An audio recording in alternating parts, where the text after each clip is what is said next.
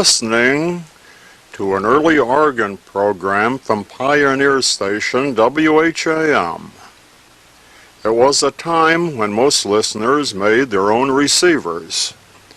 The year is 1922, and this youthful experimenter is facing a real challenge building his homemade crystal set so he could listen to, maybe, Rochester's first station, WHAM. Although tube receivers are available and some with loudspeakers, the lonely crystal set with headphones were more commonplace. This was my first receiver. Many stations in the early 20s were operated by amateurs. Ken Ross, HCNG, had this station in a Rochester newspaper building in 1922. It may have inspired the newspaper to have a broadcast station. Note the Greeby receiver and Magnavox speaker. The neat homemade transmitter used 50-watt tubes. In short time, the Rochester newspaper, the Times-Union, took the initiative and applied for a license and was given the call letters WHQ. Their 100-watt DeForce transmitter had a short life, since the newspaper soon joined forces with the Hickson Electric Company and George Eastman for a better station. By mid-1922, the group agreed to move WHQ to the nearby Eastman School of Music and Theater. In making the change, a new call letter was issued, WHAM. The school took charge of all programming.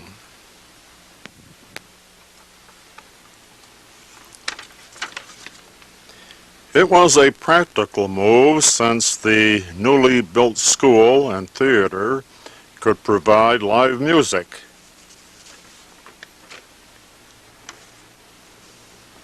Apparently, money was no object since they purchased a new 100-watt Western Electric transmitter.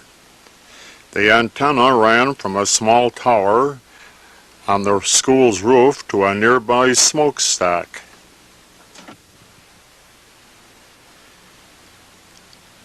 The operating room in the school. Note the Western Electric double-button microphone and the horn and cone speakers. Music from the school and theater were wired to this room for broadcasting.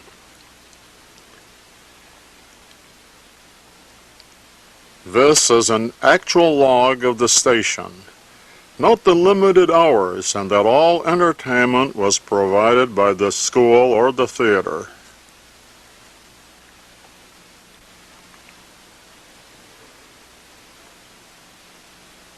Just about everyone listened to these early broadcasts. Just imagine, music coming through the air without wires.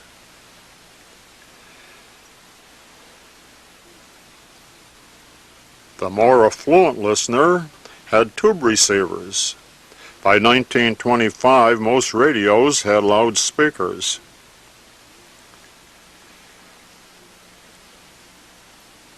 Programming became a problem for the school.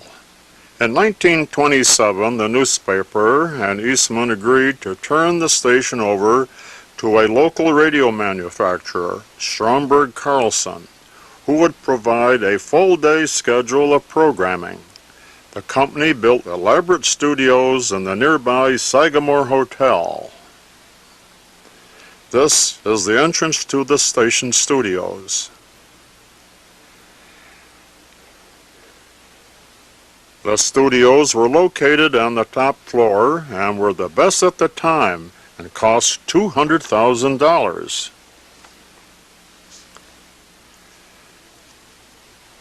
The complex consisted of several studios and a control room.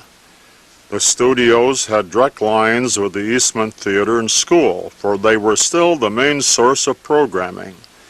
There were no networks at this time in Rochester.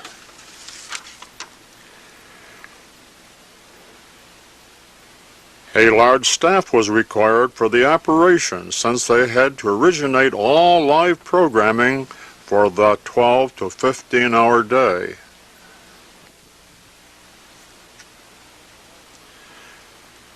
Most all technical personnel were licensed radio amateurs. Here is Ken Gardner, W2BGN, at the Studio Control Center. All equipment was of Western Electric origin.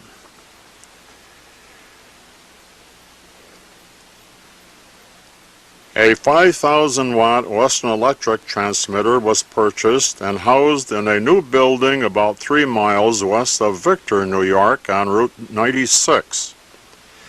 A flat-top antenna was supported by two 225-foot self-supporting towers.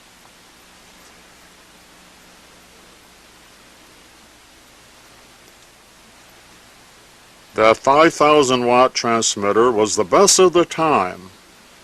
They were now operating on a frequency of 1070 kilocycles.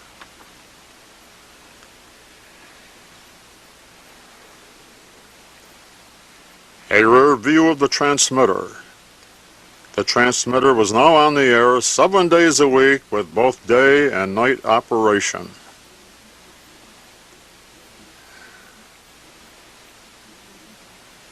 The input station at the Victor site. Sleeping and eating quarters were now providing for the staff members.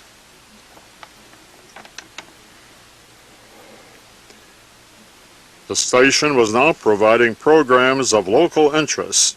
This is a field unit used for remote work.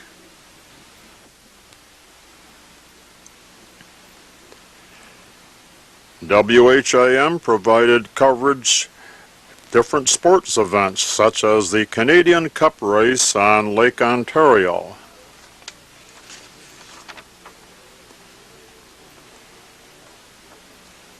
WHAM was the most powerful station in the area. This map was used for advertising purposes to show the coverage during the day.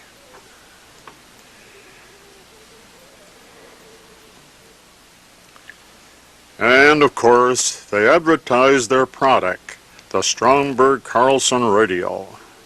NBC was formed in 1926, and in time, WHAM joined the Blue Network.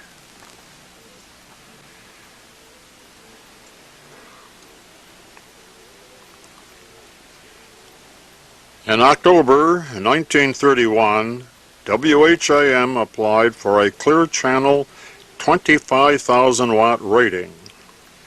The application was approved and a Western Electric Model 306A 50-kilowatt transmitter was purchased. A further application gave permission to run 50,000 watts.